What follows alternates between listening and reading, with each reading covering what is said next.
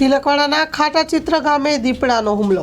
નર્મદા જિલ્લાના તિલકવાડા તાલુકાના ખાટાચિત્ર ગામે જે સ્મિતકુમાર મુકેશભાઈ બારિયા છે, દીપડાએ હુમલો કરેલો હતો તે દીપડો હજુ સુધી પકડાયો નથી.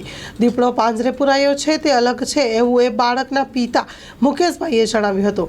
કહ્યું હતું કે મારા બાળકને જે દીપડો પકડ્યો હતો તે દીપડો અલગ હતો, એટલા માટે એ દીપડાને પકડવા માટે હજુ પણ કાર્યવાહી કરવા જણાવ્યું હતું. બાળક પણ હજુ જોઈએ છીએ તેટલું આરોગ્ય સારું નથી થયું.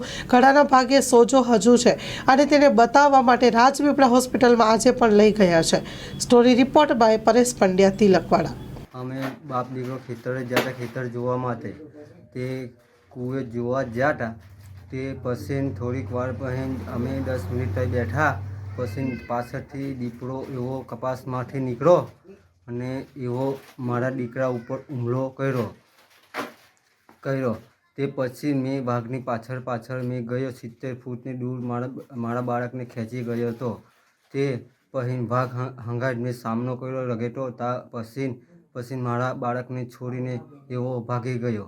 પછી મેં પડોશ ખેતરના બાજુનો બૂમ પાડી. એવા લોકો મને ચીચારો પાડતા આવી પડ્યા. પછી મને ઉત્સાહ મળી જઈ. ત્યાં પછી દીપડોને પછી મને થોડી ડર થોડી એ થઈ. તમારું નામ?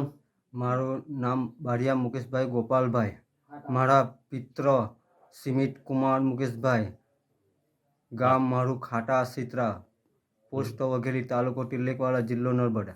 તો હમણાં છોકરા ક્યાં છે? છોકરો સાઈપુરા છે, ગંભીર ઈજામાં છે. હવે આજે રાજપીપળા સિટી સ્ટેમ્પ કરવા લઈ જશે. ગળામાં હોજો ઉતરતો નહીં. કેટલા દિવસ થયા? આજે થયા 8 દિવસ જેવું થઈ જશે.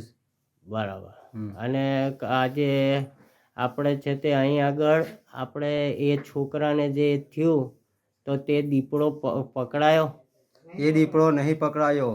આ દીપડો બીજો પડ્યો છે. તે દીપડાને મેં હકીકત ઓળખી શકું છું. એવું? બરાબર. અને પાછું જમ જોને તમ તે પિંજરું મેકવા જેવું છે. અને તે દાડે 3 વાઘ આવ્યો. એક આ વાઘ તો બચ્ચો જ પડ્યો છે, અસલ વાઘ નહીં પડ્યો. દીપડો. બરાબર. માં motor driving, safe and sure driving. Driving એ શોખ સાથે આપની મોટી જવાબદારી પણ છે. અમારા ઇન્સ્ટ્રક્ટર દ્વારા સચોટ અને સરળ માર્ગદર્શન. આપની રોજની તાલીમની માહિતી મેળવીને શું અધુરાશ છે એના ઉપર પૂરું ફોકસ કરાય છે.